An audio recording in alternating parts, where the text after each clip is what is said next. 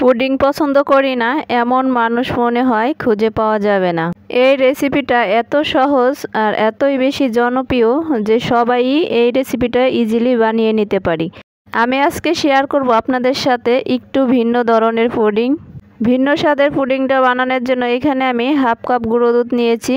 সামান্য একটু পানি দিয়ে গুঁড়ো দুধটা ভালো করে একটু মিশিয়ে নিয়েছি। এইখানে আমি 4টা ডিম দিব। 4টা ডিম দিয়ে ভালো করে একটু মিশিয়ে নেব। এই পনির পুডিংটা বানানোর জন্য ডিমের পরিমাণ একটু বেশি দিতে হবে, তাহলে পনির পুডিংটা খেতে বেশি মজা হয়। এখন আমি এইখানে হাফ কাপ আইসিং সুগার দিয়ে দিলাম। আইসিং সুগার দিলে পরে এই মিশ্রণের সাথে মিশাতে সুবিধা হয়। আর যখন আস্ত চিনি ব্যবহার করবেন তখন একটা পানি ছেড়ে দেয় আর কেমন যেন একটু দানা দানা থাকে পুডিংয়ের ভিতরে, খেতে তেমন ভালো লাগে না। আপনারা চেষ্টা করবেন পনির পুডিংটা বানাইলে একটু চিনিটা গুঁড়ো করে দেওয়ার জন্য। এখন এইখানে আরও 2টা ডিম অ্যাড করব। আরও 2টা ডিম অ্যাড করলাম এই কারণেই, পুডিংটা তা না হলে নর্মাল পুডিংয়ের মতো নরম হয়ে যাবে, শক্ত পনির পুডিং হবে না। রেগুলার যে পুডিং খাই আমরা তার থেকে এটা অন্যরকম একটা টেস্ট। এইভাবে আপনারা পুডিং বানিয়ে বাচ্চাদেরকে নাস্তার টিফিন দিতে পারেন, কারণ এই পুডিংটা শক্ত। সুন্দর করে আমি পুডিংয়ের মিশ্রণটা মিশিয়ে নিলাম। এখন আমি একটু ভ্যানিলা এসেন্স দিয়ে দিব।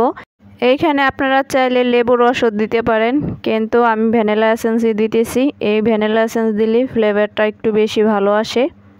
এই সাইডে আগে থেকে আমি ক্যারামেল জমিয়ে রেখেছিলাম একটা বাটিতে। এখন আমি এই পুডিংয়ের মিশ্রণটা একটা ছাঁকনির সাহায্যে ছেঁকে পুডিংয়ের মিশ্রণটা রেডি করে নেব।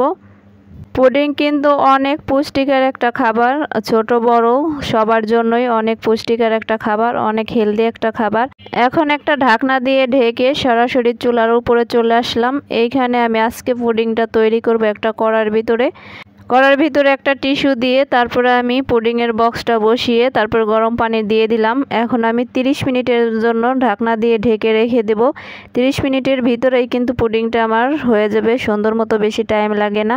30 মিনিট পরে আমি পুডিংটা চুলার উপর থেকে নামিয়ে 10 মিনিটের জন্য ফ্রিজে রেখে দিয়েছিলাম। এখন আপনাদের সামনে একটু কেটে পরিবেশন করে দেখাবো। দেখেন আমার পনির পুডিংটা কত সুন্দর হয়েছে। পুডিংটা কাটা দেখেই কিন্তু বোঝা যাইতেছে পুডিংটা অনেকটাই শক্ত হয়েছে। অনেকটা শক্ত বলতে ভিতরে সফট, একদম পনিরের মতো লাগে এই পুডিংটা।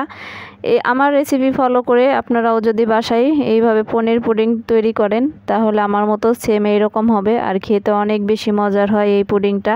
আজকে এই পনির পুডিংয়ের রেসিপিটি আপনাদের কাছে কেমন লেগেছে অবশ্যই কমেন্ট করে জানাবেন। ভালো লাগলে অবশ্যই একটা লাইক কমেন্ট শেয়ার করবেন।